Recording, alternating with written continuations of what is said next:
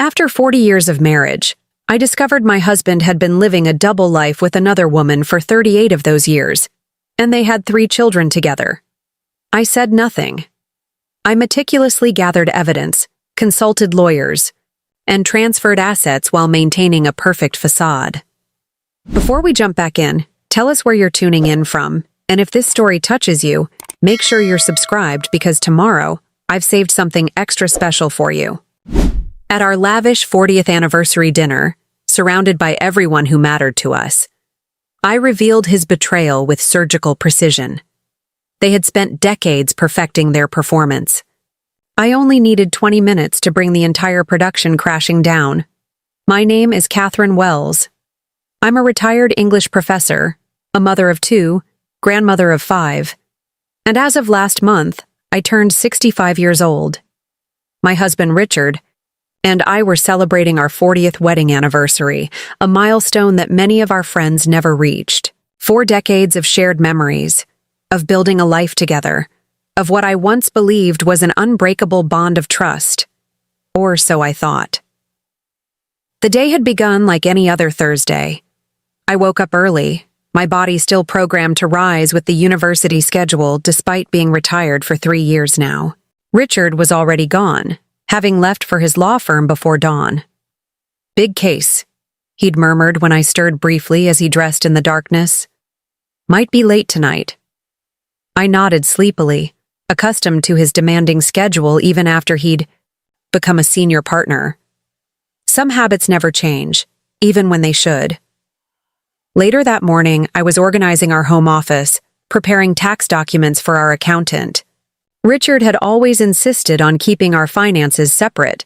Simpler that way, he'd explained decades ago when I questioned the arrangement. Over the years, I'd grown to appreciate the independence it afforded me, never realizing it was designed for a very different purpose. As I searched through his filing cabinet for a property deed, I noticed a folder labeled Westlake Insurance, tucked behind other documents. Richard and I had our policies with Eastbrook Financial, not Westlake. Curious, I pulled it out. Inside was an insurance policy, not for our home in Oak Ridge Hills, but for a house on 317 Maple Avenue in Westlake, a neighborhood about 40 minutes away. The policyholder was listed as Richard Wells, but the other name on the document made my heart stop: Elaine Donovan Wells. Below their names were listed 3 dependents: James Wells, 37, Sarah Wells, 34, and Michael Wells, 29. I sat down hard in Richard's leather office chair, the document trembling, in my hands.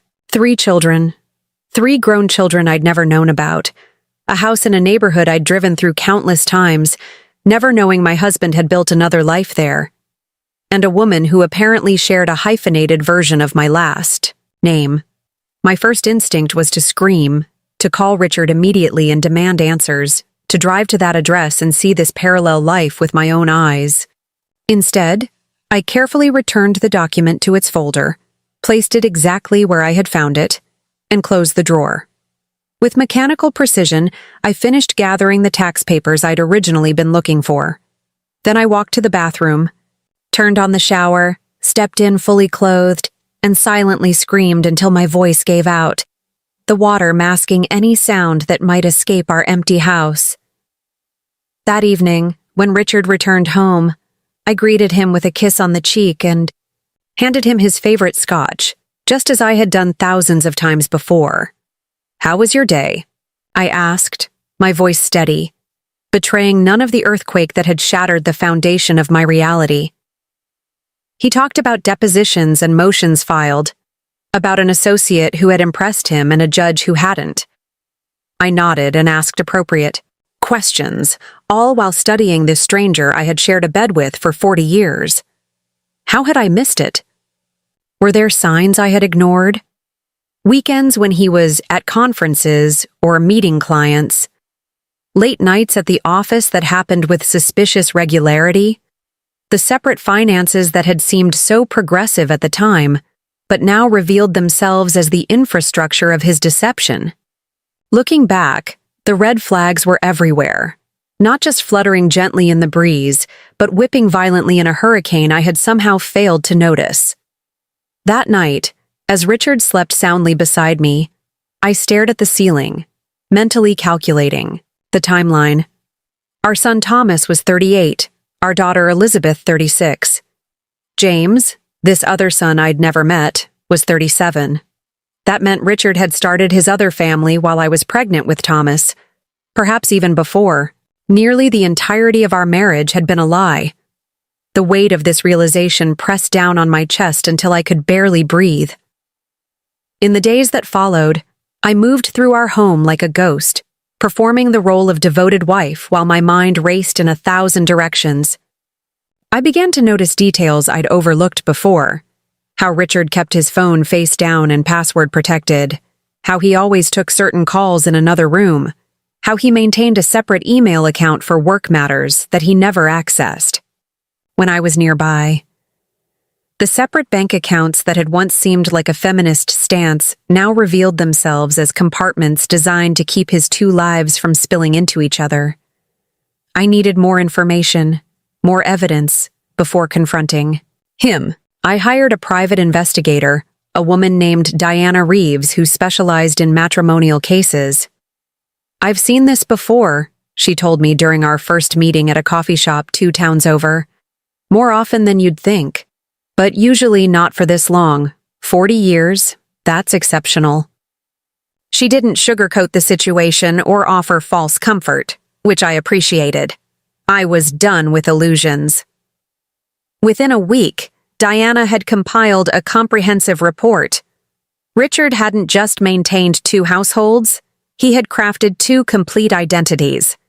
In Oak Ridge Hills with me, he was Richard Wells, senior partner at Wells, Harrington and Schmidt, respected community member, occasional golfer, and supporter of the symphony.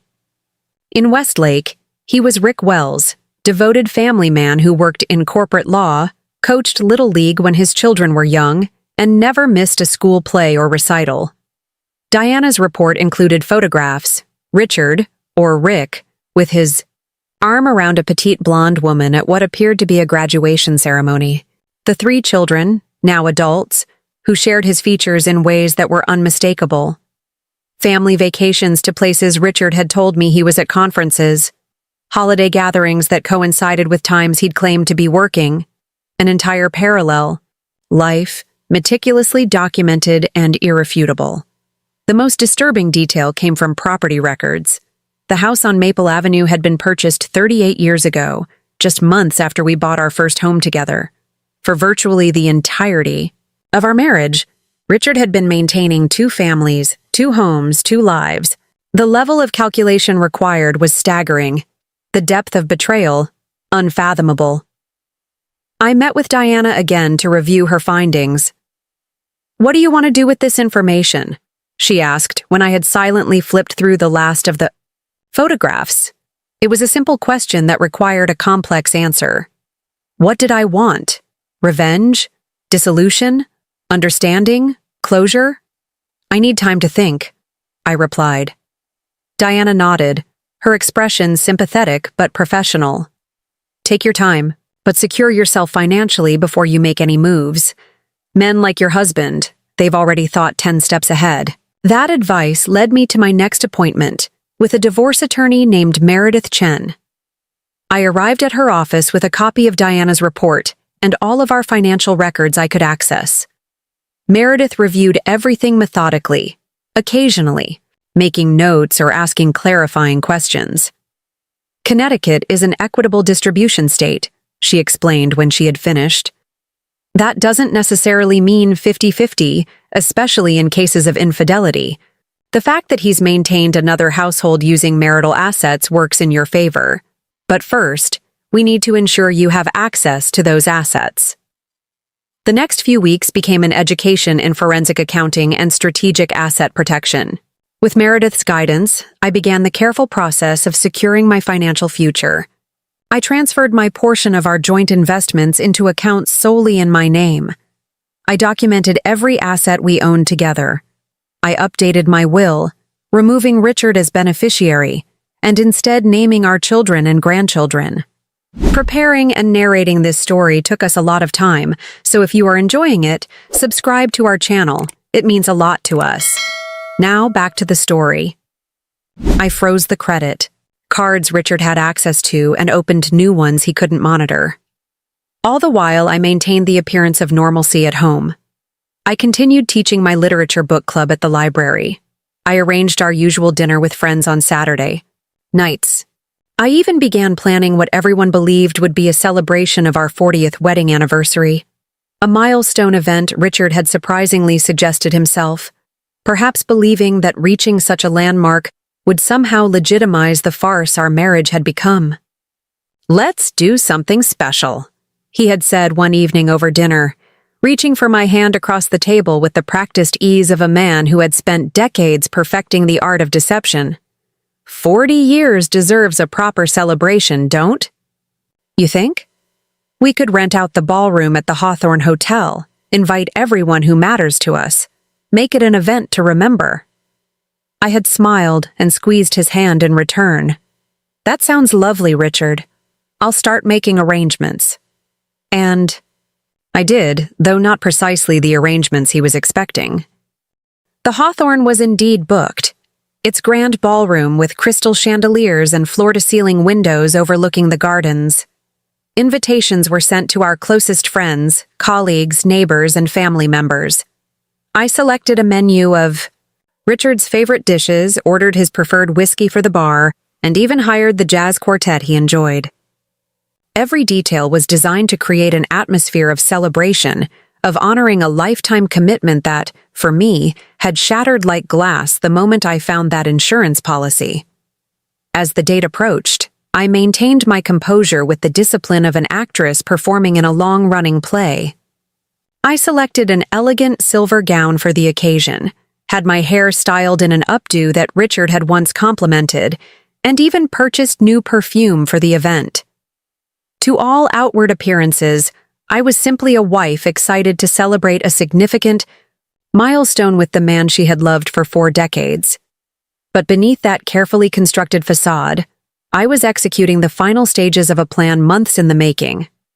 The week before the anniversary, I met with Thomas and Elizabeth separately, sharing with them abbreviated versions of what I had discovered.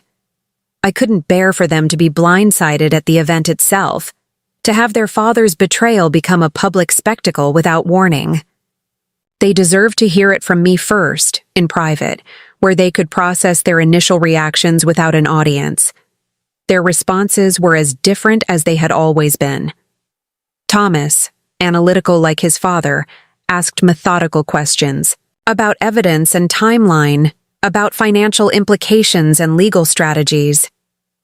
Elizabeth wept openly, then grew angry, then questioned if she had somehow contributed to her father's choices by being too demanding as a child, by needing braces and piano lessons and college tuition that might have strained our finances. I reassured her, of course, that nothing about this situation was her fault, or her brother's. The blame rested solely with Richard. "Will you be okay, Mom?" Thomas had asked, his voice thick with concern that he tried to mask with practicality. "Financially, I mean, and otherwise." "I will be," I assured him, with more confidence than I truly felt. "I've taken steps, and I have you both, which is what matters most." Elizabeth had hugged me tightly before she left. "Whatever you decide to do at this dinner, we're behind you. 100%. The day of the anniversary celebration arrived with perfect early autumn weather. The gardens of the Hawthorne were ablaze with late-season blooms, the ballroom awash in golden afternoon light as the staff made final preparations. I arrived early to oversee the details, the place cards, the flower arrangements, the slideshow of photographs documenting our 40 years together that would play on screens throughout the venue. Richard had offered to help, but I had insisted. This was my project, my gift to him. Another lie in a marriage built on them. As I adjusted a centerpiece of white roses and silver eucalyptus, my phone chimed with a text. It was from Diana Reeves. "Confirmed. Both parties will be in attendance." My heart stuttered in my chest before resuming its rhythm. Elaine Donovan Wells and her children, Richard's other children, had RSVP'd to their private invitations, sent weeks after the official ones went out to our regular guests. They had been told only that it was an important event concerning Richard Wells, one that would impact their future. Curiosity had done the rest. I checked my watch. 3 hours until the event began. 3 hours until 4 decades of deception would collapse like a house of cards. 3 hours until I reclaimed my dignity, my agency, my truth. For 40 years, I had been an unwitting character in Richard's elaborate production. Tonight, finally, I would write my own ending to the story. I took a deep breath, straightened my shoulders, and continued arranging white roses, each one a perfect symbol of the purity and honesty that our marriage had lacked. The confrontation that loomed ahead would be painful, public, and permanent. There would be no going back once certain words were spoken, certain truths revealed. But as I placed the final rose in the arrangement, I knew with absolute certainty that I was ready. More than ready, I was resolute. For too long, I had lived in the shadow of Richard's lies. Tonight, in front of everyone who mattered to both of us, I would step into the light of truth, whatever came after. The Hawthorne Hotel's grand ballroom transformed as evening fell. Hundreds of candles flickered to life, their golden glow reflecting off crystal glassware and polished silver. The quartet began to play softly in the corner, the gentle notes of "The Way You Look Tonight" filling the space as early guests arrived. I stood at the entrance, a flute of champagne in my hand that I had no intention of drinking, watching as Richard greeted each arrival with the practiced charm of a man who had spent his life in courtrooms, persuading others to believe his version of events. My gown, a deep midnight blue rather than the expected ruby red of a 40th anniversary, shimmered under the chandeliers. "You're not wearing red?" Richard had asked when he first saw me at home, his brow furrowed slightly. I thought that was traditional for a 40th. I had offered him an enigmatic smile. Blue has always been my color. Tonight is about being true to myself. He had accepted this with a nod, the subtle warning in my words sliding past him unnoticed. Thomas arrived early with his wife Amanda, and their 3 children. His eyes met mine across the room, a silent question in them. I gave a slight nod, confirming that yes, the plan was still in motion. Elizabeth and her husband David came soon after, their twin daughters dressed in matching blue dresses that mirrored mine, a coincidence that felt like cosmic affirmation. Elizabeth squeezed my hand as she kissed my cheek. "You look beautiful, Mom," she whispered, "and strong." By 7:30, the ballroom was filled with over 100 guests, colleagues from Richard's law firm and my university, friends we'd known for decades, extended family who had flown in for the occasion.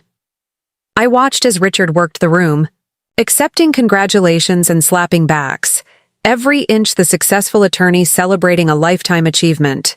He had always been good at this, making others believe in the narrative he constructed, whether in a courtroom or at a social gathering. "Everything looks lovely, Catherine," said Margaret Harrington, the wife of Richard's law partner and my friend of 30 years. 40 years. Quite an accomplishment these days. "Yes," I replied, meeting her eyes. "Quite extraordinary what some people can sustain." Something in my tone must have registered, because Margaret tilted her head slightly, studying me with new attention. "Are you all right, dear?" I smiled, the expression not quite reaching my eyes. "I'm about to be." At 8 o'clock, the maitre d' announced dinner would be served shortly. Guests began finding their place cards and moving toward their assigned tables. I had arranged the seating with surgical precision. Richard's colleagues at tables near the front, our closest friends scattered strategically throughout the room. Family members positioned where they could observe without being directly in the line of fire. Tables 11 and 12 in the far corner remained conspicuously empty. Their occupants had not yet arrived. Richard joined me at the head table, where Thomas, Elizabeth, and their families were already seated. He placed his hand on the small of my back, a gesture that once would have felt intimate but now made my skin crawl. "Quite a turnout," he said, satisfaction evident in his voice. "Half the state judiciary is here." "Yes," I said quietly. "It seems everyone who matters has come to witness this occasion." Richard raised his eyebrows slightly at my word choice but was distracted by the arrival of Judge Carson, an important connection for his firm. As he turned away to greet the judge, I checked my phone. A text from Diana Reeves appeared.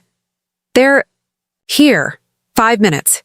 I took a deep breath and signaled to the maitre d'. It was time to begin. The lights dimmed slightly as the maitre d' tapped a microphone at the front of the room.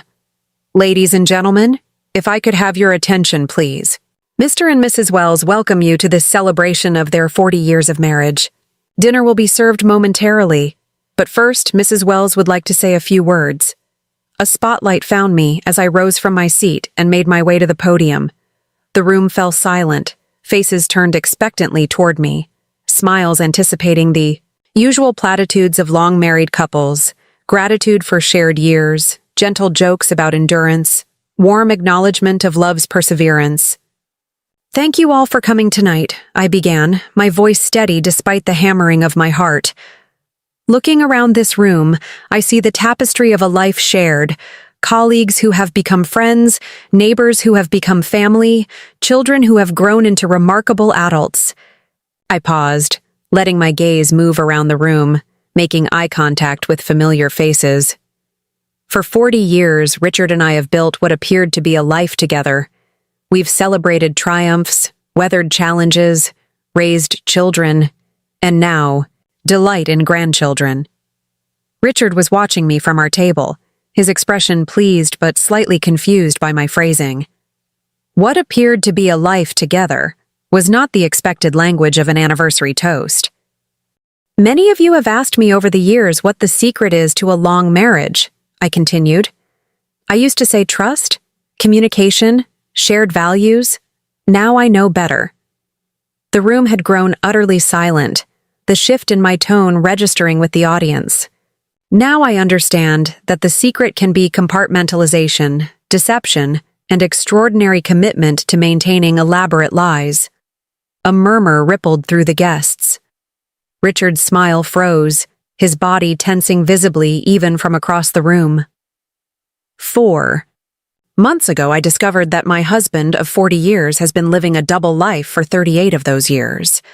My voice remained calm, almost conversational, as if I were discussing an interesting sociological phenomenon rather than the decimation of my life. Richard has maintained a second home, a second family, complete with 3 children and now grandchildren, in Westlake, 40 minutes from the house we've shared in Oak Ridge Hills. The murmuring grew louder. I saw Richard half rise from his seat, his face draining of color, but Thomas placed a restraining hand on his arm, keeping him seated. The movement was subtle but firm. We had discussed this moment. Richard would not be allowed to interrupt my reckoning. "For those of you who might require evidence before believing such an extraordinary claim," I continued, "I've prepared a brief presentation." I nodded to the technical assistant at the back of the room who had been instructed to operate the slideshow monitors. The screens around the ballroom flickered to life, displaying the first of Diana Reeves's photographs, Richard with his arm, around Elaine Donovan Wells at a high school graduation ceremony, their son James in cap and gown between them. The date stamp in the corner read June 2003. This was taken the same week Richard told me he was at a legal conference in Chicago, I explained, my voice still measured. Our son Thomas had just finished his first year of college. Richard was sorry to miss his return home for the summer, but work obligations couldn't be rescheduled. The image changed to show Richard cutting a cake shaped like the number 30, surrounded by Elaine and their 3 children, all raising glasses in celebration. This was their 30th anniversary celebration, I said. It occurred 3 weeks before our 30th anniversary, which Richard commemorated by taking me to dinner at Marcello's and giving me this necklace. I touched the pendant at my throat. A necklace identical to the one Elaine is wearing in this photograph. Gasps and whispers filled the room as image after image appeared on the screens. Richard at Sarah's wedding, Richard holding a newborn grandchild, Richard on vacation with his other family in places he had claimed to be working. The evidence was irrefutable, a digital catalog of betrayal spanning decades. Throughout the presentation, I kept my eyes on Richard. His face had moved through a progression of emotions: shock, anger, desperate calculation, and finally, a kind of defeated resignation as he realized the thoroughness of my evidence and the inescapability of this moment. When the final image faded from the screens, I allowed the silence to fill the room for several heartbeats before speaking again. Many of you are wondering why I would choose to share this revelation in such a public manner. I let my gaze move across the stunned faces of our guests. The answer is simple. Richard has carefully curated his public image for 40 years, building a reputation as an honorable man, a devoted husband, a respected attorney. That image has been as meticulously constructed as it is fundamentally false. It seemed only fitting that its dismantling should occur in the presence of those who have been unwitting participants in sustaining it. I looked directly at Richard now. For decades, you have divided your life between two women, two families, living a fractured existence that required elaborate deception to maintain. But the most intimate relationship you've maintained all these years wasn't with either me or Elaine. It was with lies. They have been your most constant companion, your most reliable partner. Richard's face had gone ashen. He looked suddenly older, diminished, the confident attorney replaced by a cornered man with no recourse to legal maneuvers or persuasive rhetoric. I have, of course, taken steps to protect myself financially, I continued, turning back to the audience. The details of that are private, but I want to assure our children and friends that I will be secure. As for the legal status of our marriage, those proceedings will begin next week. I paused, taking a moment to collect myself before the final act. There is one more element to tonight's revelation. I turned toward the back of the ballroom, where the maitre d' stood by the double doors. Please show in our final guests. The doors opened to reveal Diana Reeves escorting a group of 5 people, a blonde woman in her early 60s, 3 adults in their 30s, and a man who appeared to be one of their spouses. The woman, Elaine Donovan Wells, I presumed, looked confused and increasingly alarmed as she registered the nature of the gathering she had entered. Elaine, I said, my voice carrying clearly through the now silent ballroom. Thank you for coming. I believe you know Richard Wells, or as you may call him Rick, your husband of 38 years. Elaine's eyes widened as they locked on Richard, who had gone completely still at our table. Her confusion gave way to understanding, then to a horror that mirrored what I had felt in our home office months ago. Rick? She said, her voice barely audible even in the silent room. What is this? Who are these people? These people, I replied, include Richard's other children, Thomas and Elizabeth, and his other grandchildren. I gestured toward our family table. Just as the people with you include his children James, Sarah, and Michael, whom I've never had the opportunity to meet. The 3 adults with Elaine looked shell-shocked, their eyes moving from Richard to me to the presentation screens, which now displayed their own photographs alongside our family photos, a grotesque parallel family album. I don't understand, said the man who must be James, Richard's other eldest son. His voice was eerily similar to Thomas's. Dad? What's going on? Richard finally found his voice, though it emerged as a hoarse whisper. This isn't... I can explain. Can you really? I interrupted, my composure finally cracking slightly. Can you explain maintaining 2 complete families for nearly 4 decades? Can you explain the thousands of lies you've told to cover hundreds of absences? Can you explain how you justified building your entire life on deception? I turned back to Elaine and her children, who remained frozen at the back of the ballroom. I didn't invite you here to hurt you, though I know this revelation is devastating. I invited you because you deserve the truth as much as I did. You deserve to know the man you've built your lives around. And you deserve to make informed choices about your future, just as I am making mine. The room had become unbearably tense, the weight of collective shock almost palpable. Richard looked trapped between the two halves of his fractured life, unable to move toward either one without confirming his betrayal of the other. "I have nothing more to say to you, Richard," I said, my voice growing quiet but still carrying through the silent room. 40 years ago, I made vows to a man I believed in. That man, I now understand, never existed. He was a character you performed, a role you played when it suited you. Well, your performance has come to an end. The curtain is falling. The audience has seen behind the scenes. I removed my wedding ring and placed it on the podium with a soft but distinct click that seemed to echo through the ballroom. The rest of us, your children from both families, the colleagues who trusted you, the friends who believed in you, we will need to determine individually what relationship, if any, we wish to maintain with you going forward. That is for each person to decide. But as for me, I have already decided. Our marriage ended the moment I found that insurance policy, though in truth, it was never what I believed it to be. I stepped away from the podium, my part in this drama complete.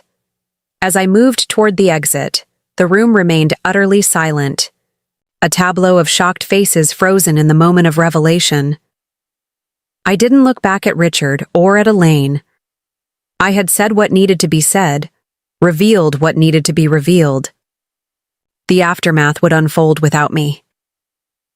Thomas and Elizabeth rose from their seats to follow me, their spouses and children gathering coats and purses.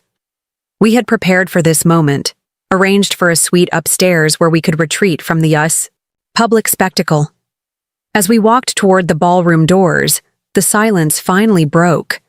A growing wave of whispers, exclamations, and movement as the guests processed what they had witnessed. Richard called out once, "Catherine, wait!" But I continued walking, my children forming a protective barrier around me. His voice, once so authoritative in courtrooms and at dinner parties, now sounded hollow, stripped of the power that deception had lent it for so long. As the ballroom doors closed behind us, I took my first deep breath in what felt like hours. Thomas squeezed my shoulder, while Elizabeth took my hand in hers. "You did it, Mom," she said softly. "It's over." But as we walked toward the elevator, I knew it wasn't over. Not really. The confrontation was complete, but the process of rebuilding my life had only just begun. Ahead lay practical matters of divorce, financial separation, and legal proceedings. But more importantly, there was the deeper work of reclaiming my sense of self, of understanding who Catherine Wells was when she was no longer defined by a marriage built on lies. For 40 years, I had lived a story written largely by Richard's deception. Now, finally, I would write my own. The morning after the anniversary dinner, I woke in the hotel suite to sunlight streaming through unfamiliar curtains. For a disorienting moment, I couldn't place where I was or why I was there. Then, the events of the previous night crashed back into my consciousness.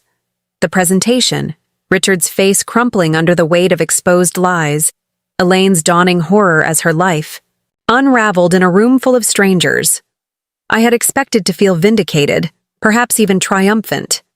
Instead, I felt oddly hollow, as if I had shed an exoskeleton that had both protected and confined me. Thomas knocked softly on the door connecting our rooms. When I called for him to enter, he appeared with a room service tray, coffee, toast, fruit I wouldn't eat but appreciated for the gesture. "How are you feeling?" he asked, setting the tray on the desk by the window. "Like I've survived something," I replied after a moment's consideration. "A plane crash, perhaps. Or a natural disaster." Thomas nodded, his father's analytical mind showing in the careful way he studied me. The lobby is crawling with Dad's colleagues, some reporters too. Word got out. Of course it had. A scandal involving a prominent attorney with two families was exactly the kind of story that traveled fast in legal circles. By Monday, it would likely reach the local news. I couldn't bring myself to care. Elizabeth made reservations for brunch. At Westfield's, Thomas continued. Private room in the back, 11 o'clock if you're up for it. I nodded, grateful for my children's foresight. They had anticipated that I might need sanctuary this morning, a sheltered space to process before facing the world that had tilted on its axis. After Thomas left, I showered and dressed in clothes. Elizabeth had packed for me, not the ones I'd brought to the hotel for the anniversary weekend, which carried the taint of my old life, but fresh ones she'd collected from my closet yesterday afternoon while Richard was at his office. The simple act of putting on clothes my daughter had chosen felt like stepping into a new identity. My phone had been off since the dinner. Now, reluctantly, I powered it on, bracing for the deluge. Immediately, notifications flooded the screen. 27 voicemails, 43 text messages, 68 emails. Richard's name appeared repeatedly, alongside those of friends, colleagues, family members. I set the phone aside without reading any of them. They could wait.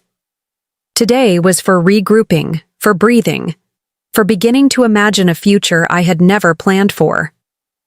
At Westfield's, Elizabeth and her family had already claimed the private dining area, a sunlit alcove separated from the main restaurant by French doors. Thomas, Amanda, and their children arrived moments after I did. The grandchildren, blessedly, seemed unaffected by the previous night's drama, chattering about cartoons and playground politics, as if their grandfather hadn't just been exposed as living a double life for nearly 4 decades. "Mom," Elizabeth said once we were all seated and the server had taken our orders, "we need to talk about practicalities." Always the organized one, she had a notepad beside her plate, several items already listed in her neat handwriting. "Where will you stay?" "The house in Oak Ridge is half mine, legally," I finished for her. "And I have no intention of leaving it. Richard can find other accommodations." Elizabeth exchanged a glance with Thomas. "Dad's been calling us both non-stop," Thomas said. "He's, well, desperate would be the word, wants to meet with you, says there are explanations we need to hear." "What possible explanation could justify 40 years of deception?" I asked, not expecting an answer. "No, I have no interest in hearing Richard's justifications. My attorney will communicate with his from now on." The conversation shifted to practical matters, changing locks, securing financial accounts, updating legal documents. My children had already sprung into protective action, researching steps to shield me from whatever fallout might come. Their competence and care brought the first genuine warmth I'd felt since the discovery of Richard's betrayal. "There's something else?" Elizabeth said hesitantly as our meals arrived. "We've been contacted by the others, James and Sarah." She avoided saying your husband's other children, for which I was grateful. "They want to meet you." I set down my fork, appetite vanishing. "Why?" "They said they have questions only you can answer," Thomas explained. "About when it started, what he told you about his schedule all these years. Apparently their mother is in no condition to discuss it." I could well imagine Elaine's state. Her world had imploded in front of strangers. At least I'd had months to process my discovery in private. The thought of meeting Richard's other children, seeing his features, reflected in faces that had been strangers to me 24 hours ago, made my stomach clench. But hadn't I forced a similar confrontation on them? Didn't I owe them at least the courtesy of answering their questions? "I'll think about it," I said finally. "Not today, maybe not this week. But eventually, yes." The rest of brunch passed with discussions of logistics. Thomas would stay at the house with me for a few days. Elizabeth would handle canceling the joint credit cards. Their spouses would field calls from concerned friends and family. A plan was taking shape, a way forward through the minefield Richard had laid around our lives. After brunch, Thomas drove me home. The house looked exactly as I'd left it the previous day, but felt fundamentally altered, as if the walls themselves had absorbed the knowledge of Richard's betrayal and now stood witness to the end of an era. Thomas carried my overnight bag upstairs, checked that all windows and doors were secure, then settled in the guest room with his laptop to begin the process of changing passwords on our shared accounts. Left alone in the bedroom I'd shared with Richard for decades, I opened his closet and stared at the precisely arranged suits and shirts, each one representing a different facet of his deception. The charcoal gray he wore to important court dates, the navy blue reserved for client meetings, the subtle pinstripes favored for depositions. And somewhere in Westlake, I imagined, another closet with another wardrobe, perhaps more casual clothes for his role as Rick, the family man who coached Little League. I began removing everything from the closet, methodically emptying it of Richard's presence. When Thomas came to check on me, he found me surrounded by piles of expensive menswear. "Mom, you don't have to do this now," he said gently. "Yes, I do," I replied, not pausing in my work. Every moment these things remain is another moment I'm living in a museum of lies. Thomas helped without further comment. By evening, we had packed all of Richard's clothing into bags and boxes, clearing out his closet, his dresser, his side of the bathroom. We left the boxes in the garage. Richard could arrange to collect them when I wasn't home. That night, I slept in the guest room, unwilling to lie in the bed I'd shared with a stranger for 40 years. Sleep came in fitful bursts, interrupted by dreams of parallel lives and hidden doors leading to rooms I hadn't known existed in my own home. The doorbell rang at 7:30 the next morning. Thomas got there before I could, opening it to find Richard on the doorstep, unshaven and wearing the same clothes from the anniversary dinner, now rumpled as if he'd slept in them, or more likely, not slept at all. "I need to speak with your mother," he said, his voice hoarse. "That's not happening," Thomas replied firmly, blocking the entrance. "Thomas, please. She's still my wife. There are things she needs to understand. You forfeited any right to explanations when you maintained two families for 38 years. Thomas snapped, his composed façade cracking. "Do you have any idea what you've done to her? To us?" "Son, please, don't call me that," Thomas said, his voice dropping dangerously low. "Not now. Maybe not ever again." I appeared in the hallway behind Thomas, drawn by the confrontation. Richard's eyes found mine, desperate and pleading. "Catherine," he said, my name emerging as a broken sound. "Please, just 10 minutes. I can explain." "There is nothing to explain," I said, surprised by the steadiness of my voice. "The facts are clear, Richard. You've been living a double life for nearly our entire marriage. What explanation could possibly matter now?" "It wasn't what you think," he insisted. "I got trapped in an impossible situation. Elaine was pregnant, but I loved you. I couldn't bear to lose either of you. I thought it would be temporary, just until what?" I interrupted. "Until James was grown? Then Sarah came along and Michael. Decades passed, Richard. Every day, every hour, you made the choice to continue deceiving both of us." Richard's shoulders slumped. For the first time, I noticed how old he looked, the lines around his eyes deeper than I'd realized, the gray in his hair more pronounced.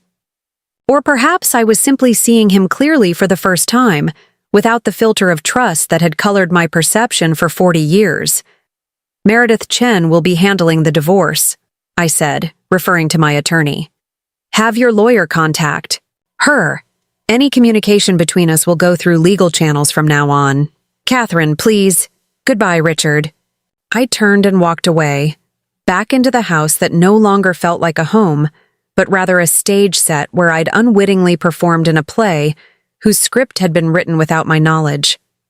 Behind me, I heard Thomas firmly close the door, then the sound of Richard's car starting and pulling away from the curb. Later that day, Diana Reeves called with an update I hadn't expected. "Mrs. Wells, I've been contacted by Mrs. Donovan Wells, Elaine. She's requesting a meeting with you." I gripped the phone tighter. "Did she say why?"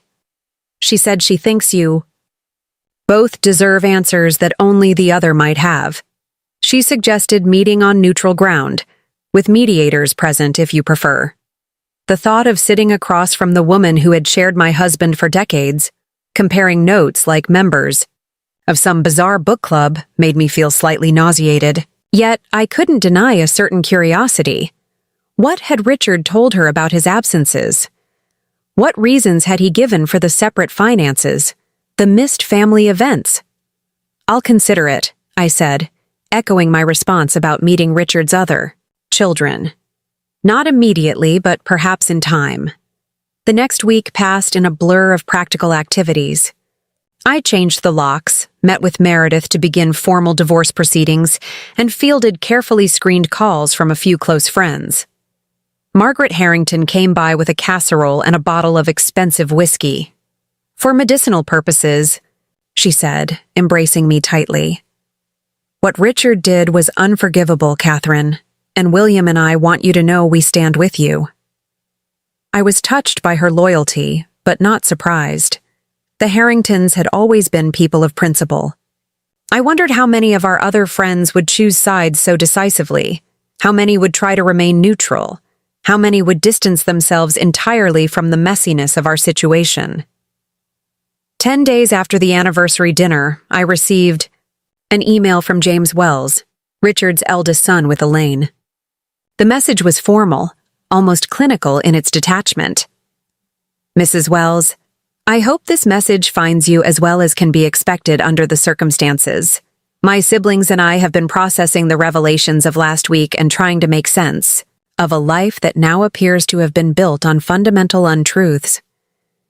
We understand that you may have no desire to engage with us, and we would respect that decision. However, if you are willing, we would like to meet briefly, not to assign blame or revisit painful details, but to acknowledge what we have unwittingly shared and perhaps find some measure of understanding that might help us all move forward. There is a coffee shop called Meridian on Elmwood Avenue that would provide neutral territory. We could meet at a time of your choosing, for as long or as short a duration as you prefer." Respectfully, James Wells I read the email several times, struck by the measured tone, the careful consideration of my position. It revealed a maturity that spoke well of James, despite the circumstances of his upbringing. After consulting with Elizabeth and Thomas, who both offered to accompany me but understood when I declined, I replied with a proposed date and time. The meeting with James, Sarah, and Michael took place on a Tuesday afternoon. Meridian was quiet, most of the lunch crowd having returned to offices. I arrived early, selecting a table in the corner that offered some privacy while remaining in public view. When they entered, 3 adults who carried echoes of Richard in their features, I felt a strange doubling, as if I were seeing alternate versions of my own children in a parallel universe. The conversation began awkwardly, with careful introductions and polite offers to fetch coffee. Once we were settled with our drinks, an uncomfortable silence fell, no one quite knowing how to bridge the gulf between us. "Thank you for agreeing to meet," James finally said. He was the most like Richard in appearance, the same strong jawline, the same way of tilting his head slightly when speaking seriously. "We don't really know where to begin." "Perhaps with what you hope to gain from this meeting," I suggested, not unkindly but directly. "What questions do you have that I might be able to answer?" Sarah, the middle child, leaned forward. She had Richard's eyes but Elaine's coloring. "When did you discover us? Before the anniversary dinner, I mean." I explained the insurance, policy, the private investigator, the months of evidence gathering while maintaining the appearance of normalcy. They listened intently, occasionally exchanging glances I couldn't interpret. "And in 40 years, you never suspected?" Michael asked. He was the youngest, with less of Richard in his features, but something of his manner in the precise way he arranged his coffee cup and napkin. "There were discrepancies," I admitted. "Unexplained absences, phone calls he took in another room, business trips that seemed to multiply as the years passed. But I trusted him. That was my choice, my mistake. It was his betrayal, not your mistake," Sarah said firmly. "Mom is saying the same thing, blaming herself for not seeing the signs, but he's the one who created this situation." I felt an unexpected kinship with Elaine in that moment, both of us revisiting decades of memories, reinterpreting them through the lens of new knowledge, wondering how we could have been so thoroughly deceived by someone we thought we knew, completely. "What will you do now?" James asked after a pause. "Divorce him," I replied without hesitation. "Rebuild my life. Redefine myself outside the context of a marriage that wasn't what I believed it to be." I looked at each of them in turn. "And you? What are your intentions regarding your relationship with Richard?" They exchanged glances again, a silent communication that reminded me of how Thomas and Elizabeth often seemed to read each other's thoughts. "We haven't decided," Michael said. "Mom is struggling. She's staying with Sarah for now. Dad has been trying to contact all of us, but we're not ready to speak with him yet." "He needs to explain himself," Sarah added, a hard edge to her voice. "Not that any explanation could justify what he's done, but we need to understand how he could live like this for so long. How he could lie to our faces every day for our entire lives." James nodded in agreement. "The man we thought was our father, devoted, principled, honest to a fault, never existed. Or existed only in fragments, performances he put on when he was with us." He looked at me directly. "We've lost our father too, Mrs. Wells. Not in the same way you've lost your husband, but there's a similar grief." His insight struck me. I hadn't thought of my feelings as grief, but that's exactly what they were. Mourning not just for the marriage that had ended, but for the husband who had never truly existed as I'd believed him to be. "Will you keep his name?" I asked, realizing I didn't know if they shared my dilemma about this detail. "I'm considering changing mine," Sarah said. "I got married last year and took my husband's name, Ferguson, but kept Wells as my middle name. Now I'm thinking of dropping it entirely." "I haven't decided," James said. "On one hand, it's the only name I've ever had. On the other, every time I sign it, I'll be reminded." Michael shrugged. "I'm leaning toward keeping it.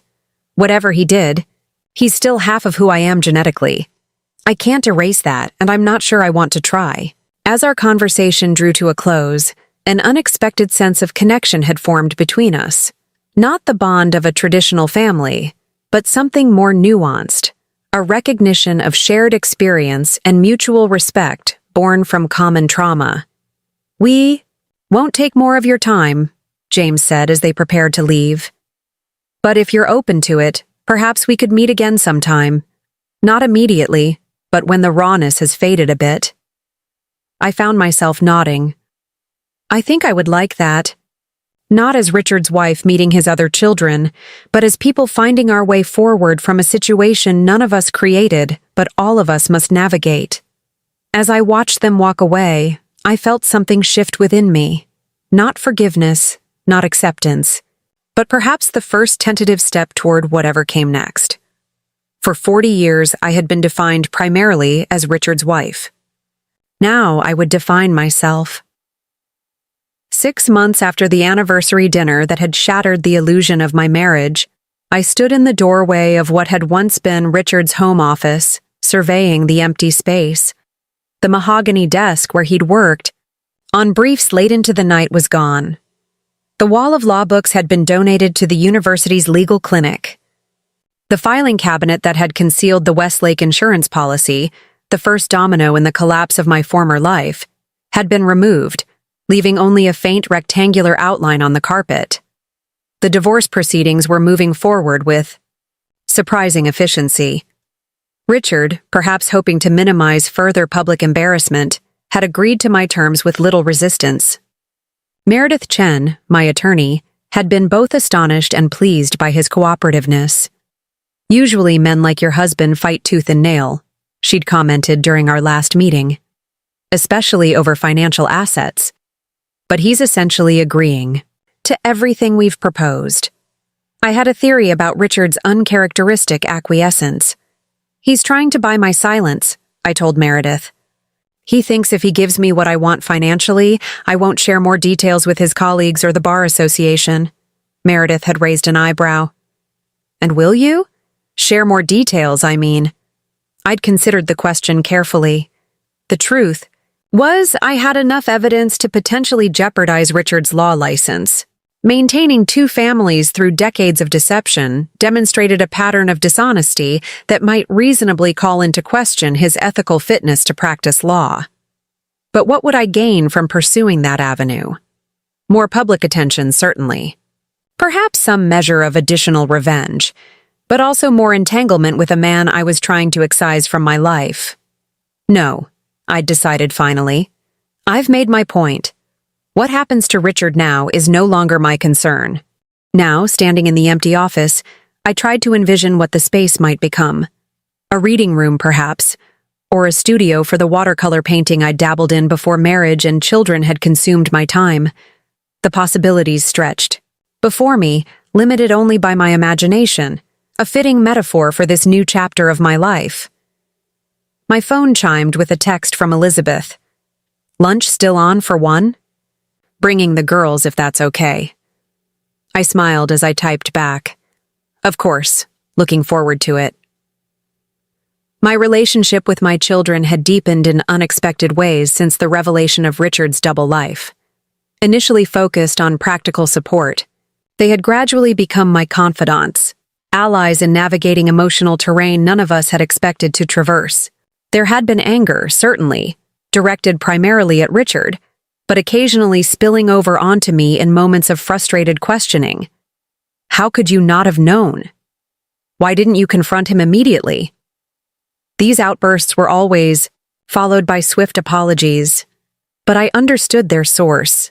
My children were rewriting their own histories, questioning the authenticity of their childhood memories, wondering if the father they'd known had ever truly been present even when physically there. The doorbell rang, interrupting my thoughts. Elizabeth was early, one of her many admirable traits, but when I opened the door, I found not my daughter but Elaine Donovan Wells standing on my porch. She looked different from the shell-shocked woman I'd glimpsed at the anniversary dinner, more composed, though still carrying visible weight in her expression. Her hair was neatly styled, her clothing tasteful but understated. In her hands, she clutched a manila envelope. "Catherine," she said, her voice steady but tentative. "I hope I'm not intruding. James mentioned you'd been willing to meet with them, and I thought perhaps—" She trailed off, suddenly uncertain. I considered closing the door. This was an intrusion, after all, into the sanctuary I'd been carefully rebuilding. But curiosity won out over defensiveness. "Would you like to come in?" I offered, stepping aside. Elaine hesitated, then nodded, following me into the living room. She perched on the edge of the sofa, her gaze moving around the space, taking in the changes I'd made. New artwork on the walls, furniture rearranged, all traces of Richard methodically erased. "Your home is lovely," she said politely. "Thank you. It's different now. I've been making changes." A moment of awkward silence stretched between us. Two women connected by decades of unwitting shared experience, yet fundamentally strangers to each other. "I won't take much of your time," Elaine finally said. I've been sorting through things, trying to make sense of it all." She placed the manila envelope on the coffee table. "I found these. I thought you might want to see them." I made no move to take the envelope. "What are they?" "Letters," she said. "From the early years, before email was common. Richard, Rick traveled frequently for work, or so I believed. He wrote to me from these trips. At least, that's what I thought at the time. My stomach tightened. You mean he was here, with me, while writing to you pretending to be elsewhere? Elaine nodded, a flash of shared pain crossing her features. Yes, and I imagine the reverse was also true.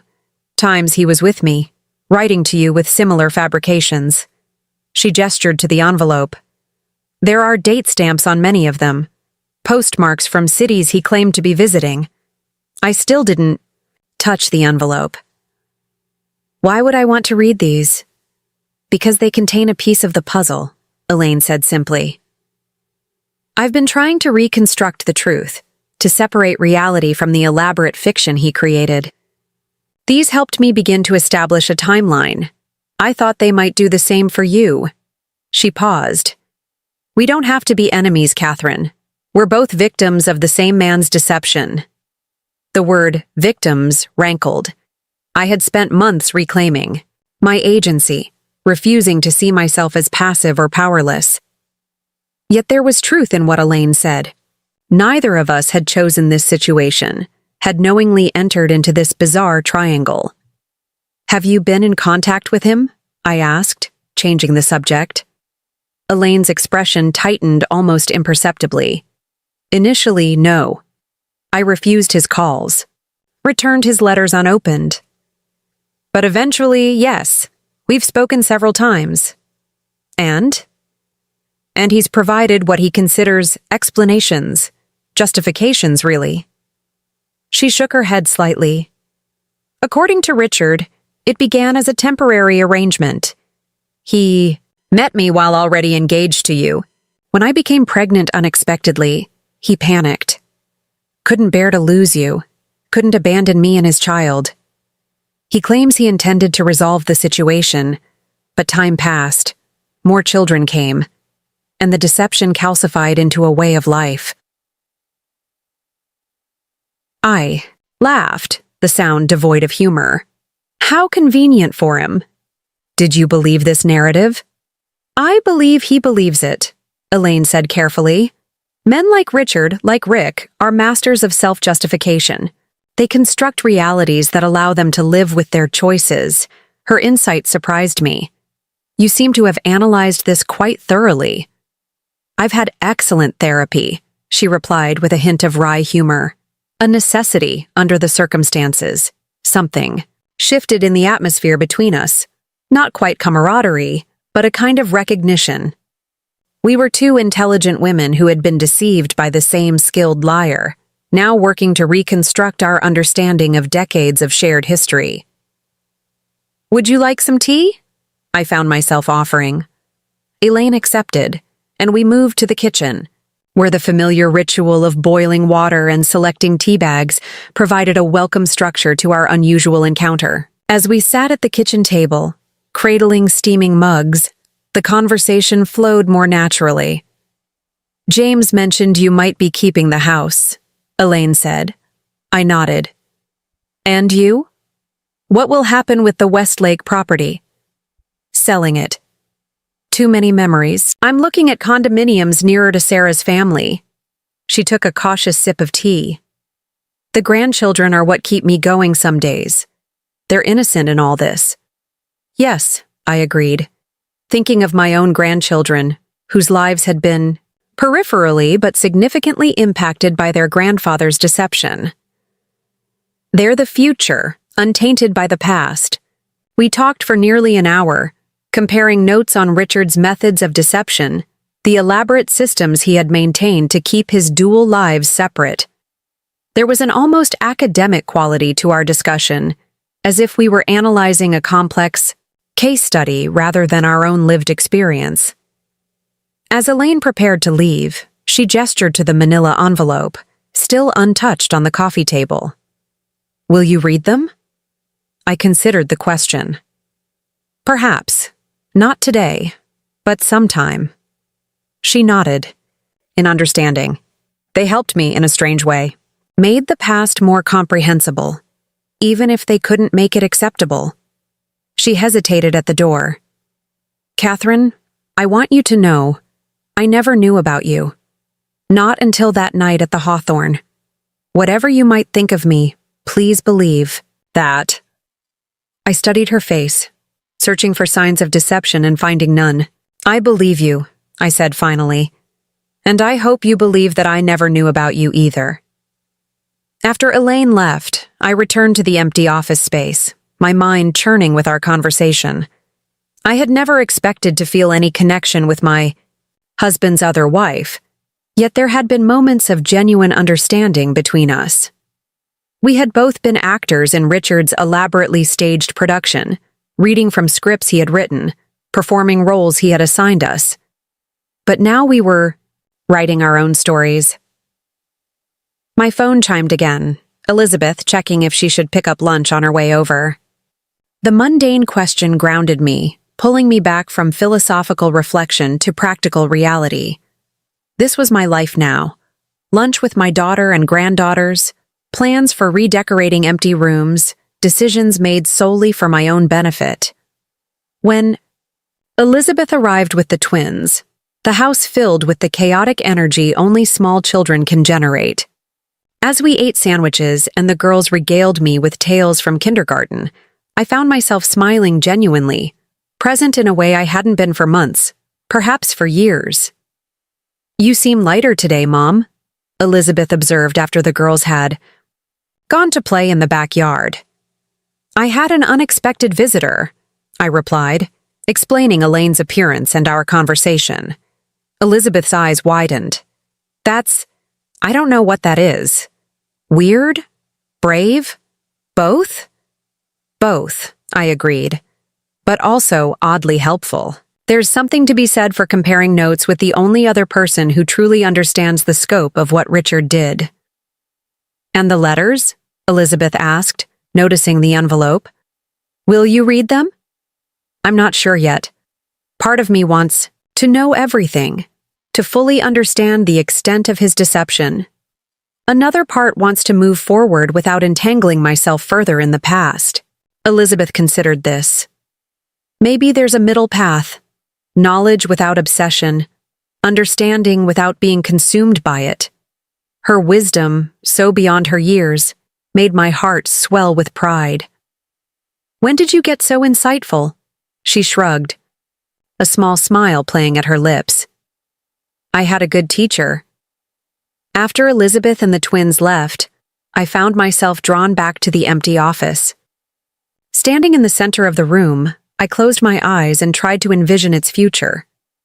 The image that formed was unexpected. Not a reading room or art studio, but a small classroom. A space where I could tutor disadvantaged students, sharing my love of literature and language with young minds eager to learn. Before retirement, teaching had been my passion, my purpose outside the boundaries of marriage and motherhood. It had been the one area of my life where Richard's influence hadn't reached, where I had maintained a separate identity grounded in my own expertise and abilities. The idea took hold, expanding in my imagination. I could volunteer at the community center, offer free English tutoring to immigrant families, perhaps even teach creative writing workshops for seniors looking to document their life stories. The possibilities multiplied, each one more energizing than the last. That evening, I finally opened Elaine's envelope, spreading the letters across my dining room table in chronological order. I read them not with jealousy or anger, but with the detached interest of a literary scholar analyzing an unreliable narrator. Richard's written voice was recognizable, yet somehow different in these pages, more effusive, less measured than in the letters and cards he had written to me over the years.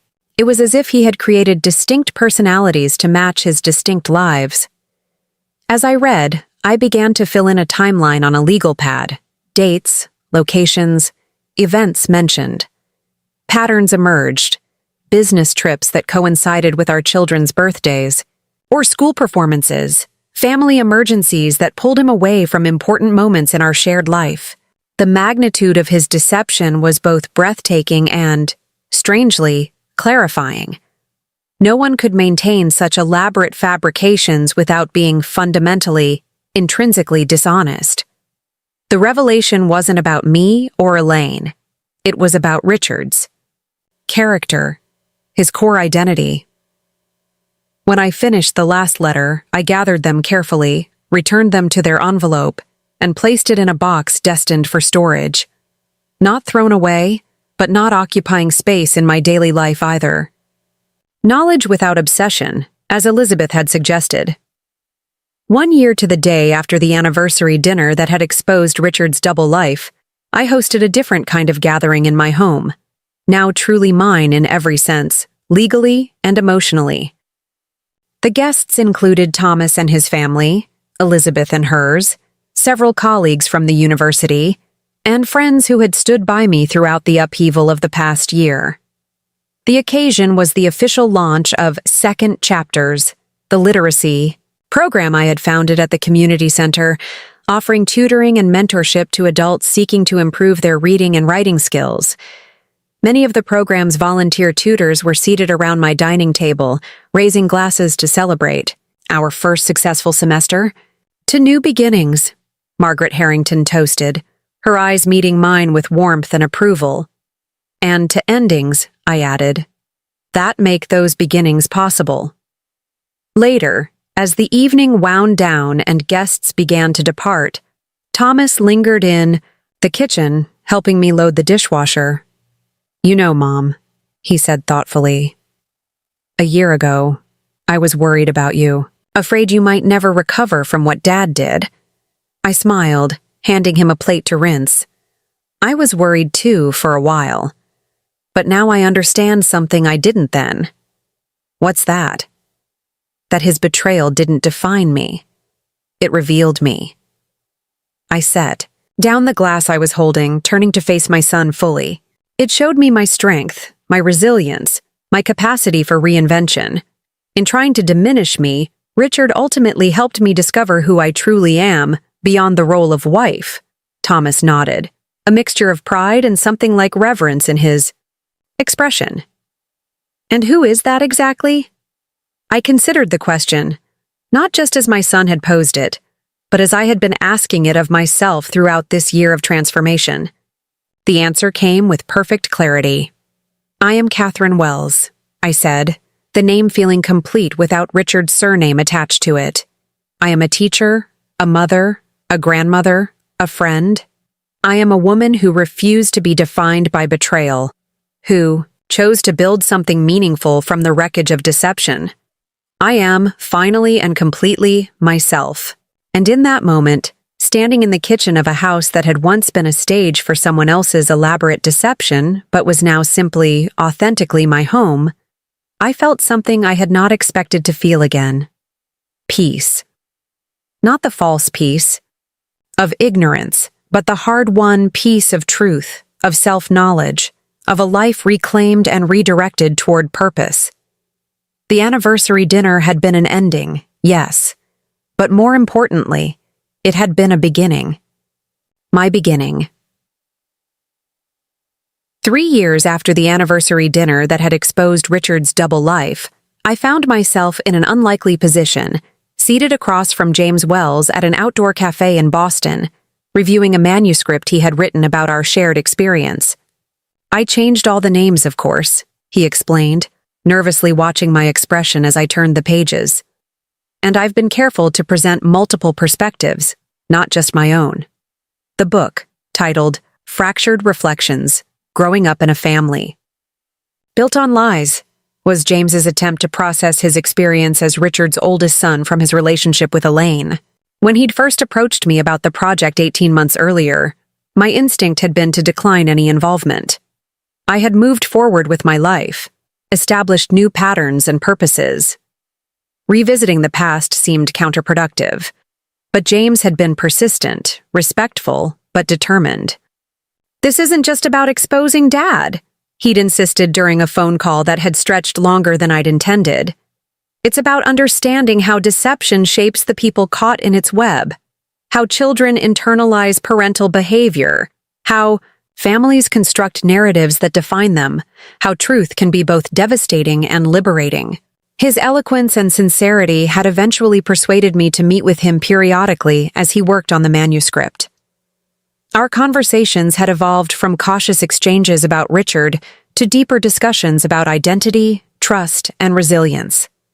James, I discovered, had inherited his father's analytical mind, but coupled it with a level of emotional intelligence and ethical awareness that Richard had conspicuously lacked. "What do you think?" James asked now, his expression a mix of professional curiosity and personal vulnerability. At 39, he bore an uncanny resemblance to the Richard I had married, though his demeanor was entirely his own.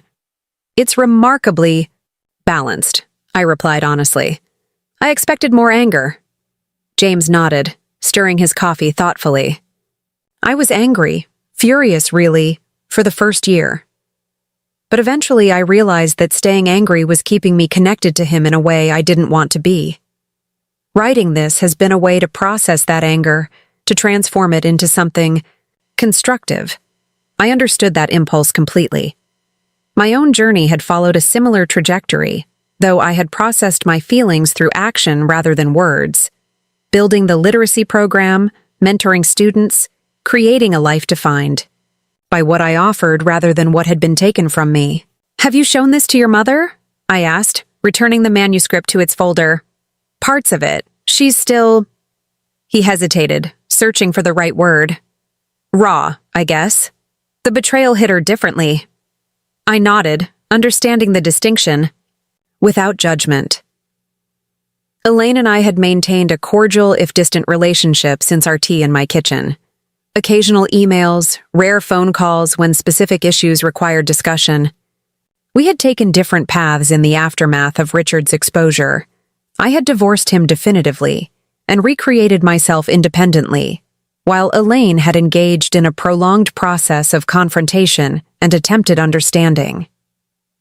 Last I'd heard, she was still in periodic contact with Richard, who had relocated to Arizona after the divorce was finalized.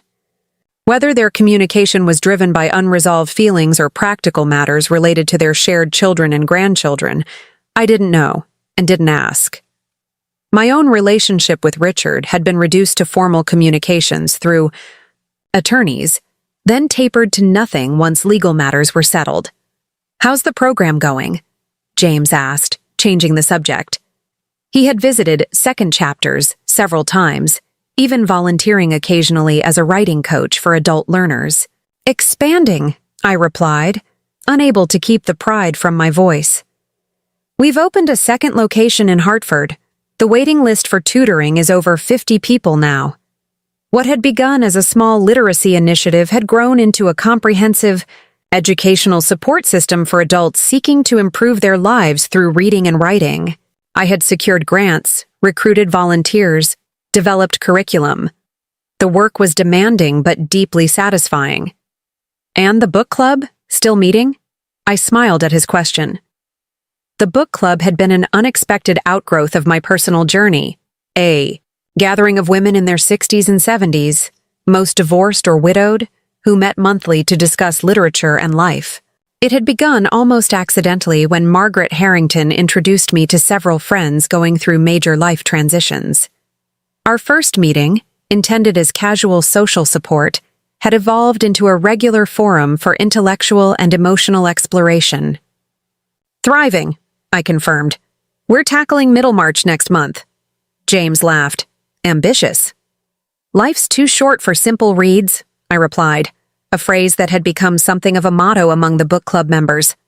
As our lunch concluded and we prepared to part ways, James surprised me with an invitation.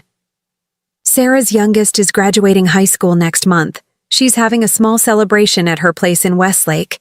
She asked me to invite you if you're comfortable with the idea." I paused, considering the implications. I had met James's siblings several times over the past 3 years, but always on neutral ground, cafes, restaurants, once a museum. Entering their family space, the community where Richard had built his parallel life, was a different proposition entirely. "Would your mother be there?" I asked. "Yes," James admitted. "And possibly Dad, though Sarah's made it clear to him that you would be the priority guest if there's any conflict." The fact that they would prioritize my comfort over Richard's presence touched me unexpectedly. These were not my children, not my family in any traditional sense. Yet some connection had formed between us. A bond forged in shared experience and mutual respect. "Let me think about it," I said finally. "I'll let you know next week." On the train back to Connecticut, I found myself contemplating this latest development. 3 years ago, the idea of attending a family function with Richard's other children would have seemed absurd, even painful. Now it registered as merely complex, requiring careful consideration, but not triggering the visceral rejection it once would have. I'd learned that healing wasn't linear. It came in unexpected moments, through surprising connections, through teaching adults who had never completed high school, but showed more courage than I'd ever needed to muster, through friendships with women who had reinvented themselves multiple times throughout their lives, through conversations with James, Sarah, and Michael, who had every reason to resent me for exposing their father, but had instead approached me with curiosity, and eventually, remarkably, with something like kinship. That evening, I discussed the invitation with Elizabeth during our weekly phone call. My daughter had become my closest confidant, our relationship deepening beyond the traditional mother-daughter dynamic into a friendship between equals. "It's entirely your choice, Mom," she said after listening to my conflicted thoughts. "No, one would blame you for declining." "I know," I sighed. "But part of me feels like refusing would be letting Richard determine my boundaries, even now." Elizabeth was quiet for a moment. "You know what I admire most about how you've handled all this? You've never let bitterness become your compass. You've made choices based on what feels right and true to you, not what would hurt Dad the most." Her insight struck a chord. Throughout this journey, I had tried to remain guided by my own internal sense of rightness rather than reactivity. Sometimes, that meant maintaining distance. Other times, it meant opening to unexpected connections. "I think I'll go," I decided, the words feeling right as I spoke them, with clear boundaries, but open to whatever emerges. The following month brought another unexpected development. A producer from a documentary series focusing on family secrets contacted me, having heard about our story through James's literary agent. The producer was interested in featuring our situation in an episode examining long-term deception within marriages. My initial reaction was skepticism. I had worked hard to build a life focused on contribution rather than on my identity as a wronged wife. Participating in a documentary seemed like stepping backwards, reopening wounds that had largely healed. But James saw it differently when we discussed it over coffee. "It's not about rehashing the past," he argued. "It's about sharing what we've learned, maybe helping others who are going through similar situations know they're not alone." I remained uncertain until a letter arrived from a woman in Portland who had read an article about second chapters that mentioned my background. "Your story gave me courage," she wrote. "After finding out about my husband's decade-long affair, I was drowning in shame and indecision. Hearing how you rebuilt your life reminded me that his choices don't define me." That letter shifted my perspective. Perhaps sharing our experience more broadly could serve some purpose beyond my own concerns, not as exposé or revenge, but as testament to resilience and renewal. When I called the producer back, I established clear conditions. The documentary would focus on healing and rebuilding rather than sensationalizing betrayal. Richard would be a peripheral figure rather than the center, and I would have input on the final edit of my segments.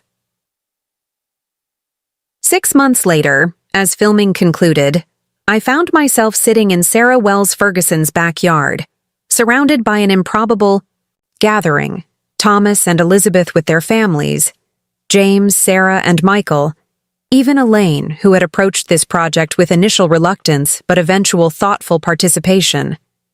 The documentary crew captured our conversation as we reflected on the journey from deception to discovery to rebuilding. The strangest outcome Thomas observed during a break in filming, is that Dad's betrayal ultimately created connections none of us could have anticipated.